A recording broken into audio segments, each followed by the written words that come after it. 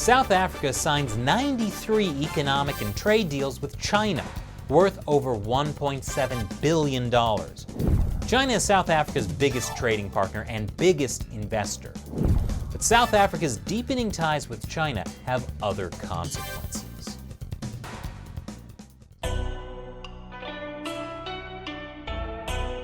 Welcome back to China Uncensored. I'm Chris Chappell. China has been cozying up to South Africa for a long time.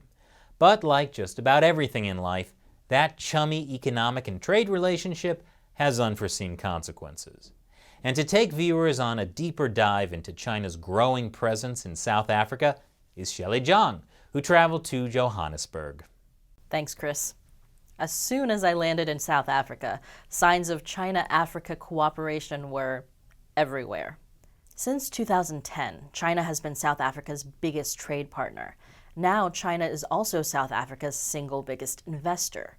China clearly sees South Africa, with its development, infrastructure, and location, as a gateway to the rest of the continent. And the two countries are in the middle of a pretty intense honeymoon period. But there are already signs that the relationship could easily go sour.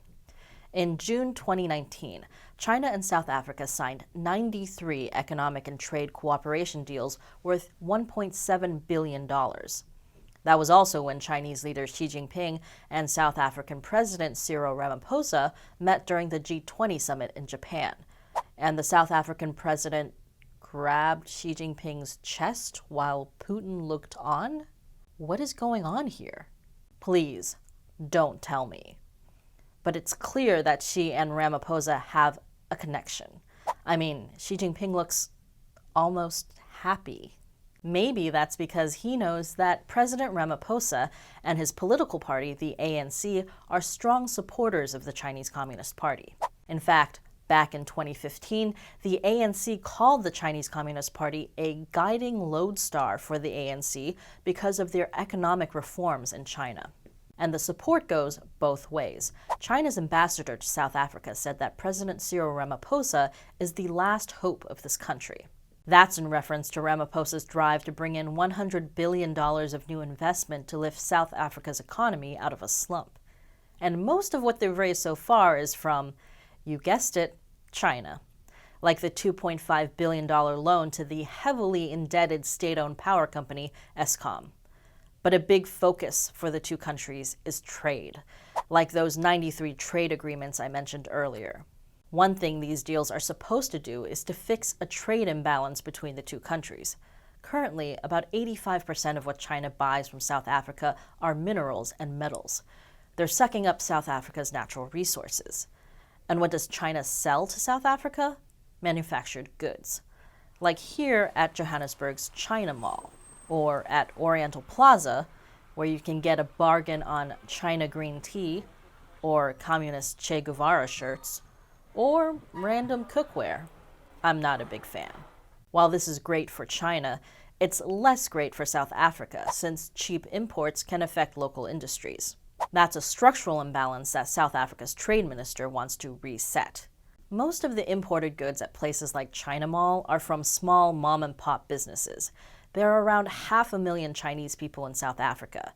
At first, most immigrants were actually Taiwanese. They came from Taiwan in the 1970s and 80s, when South Africa had an official relationship with Taiwan. Then, starting 20 years ago, they were replaced by economic migrants from mainland China. Now, these small mom-and-pop importers are leaving. I talked to several who told me that business just isn't what it used to be.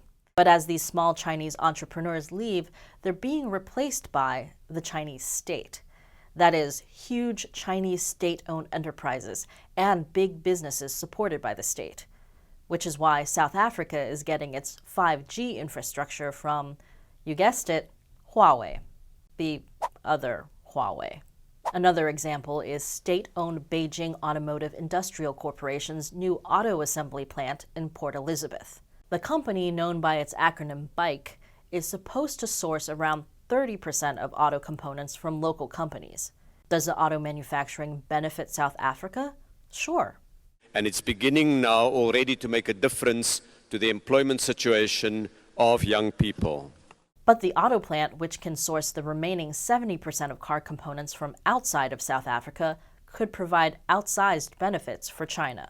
Where a Chinese company partners with a South African company and manufactures here in South Africa, a great opportunity is presented to export duty-free into the rest of the African continent, into the European Union, and into the United States through our favorable trade agreements. So basically, Chinese companies can exploit South Africa's free or near-free market access to flood the rest of the continent, as well as Europe and the US, with cheap cars that could be assembled mostly from parts made in China. But it's not just about trade and investment. China and South Africa are also cooperating, along with Russia, on military exercises, part of the PLA's goal to develop a blue water navy. And South African police are also being trained in China. But perhaps the biggest potential problem with South Africa's growing ties to China is political influence by the Chinese Communist Party. Like when South Africa's president recently came out in defense of Huawei, and he blasted the US as backwards thinking and jealous in its fight against the company. Because the United States has been unable to imagine a better future which goes beyond 4+1G. Where they've been unable to imagine what 5G can offer, that a Chinese company called Huawei has outstripped them. So clearly, South Africa does not share America's security concerns. Meanwhile, back in 2017, the South African Minister of Public Service and Administration lavished praise on Xi Jinping's book on socialism for a new era and called him the most powerful leader on earth and also very humble. President Xi Jinping's words surpasses in the value even the most precious of metal. I guess that's why South Africa is giving its precious metals to China in exchange for Xi Jinping's very valuable words. Now, it's interesting that if you look for information on China and South Africa's relationship, you don't find that many critical opinions. Maybe that's because they're still on their honeymoon, so everything's still going well. Or maybe it's because China is buying African media's silence. A columnist at a South African paper was fired after writing an opinion piece about the Uyghurs, the Turkic Muslim minority being put in concentration camps in China. Turns out that South African media company was partly owned by Chinese state-linked investors.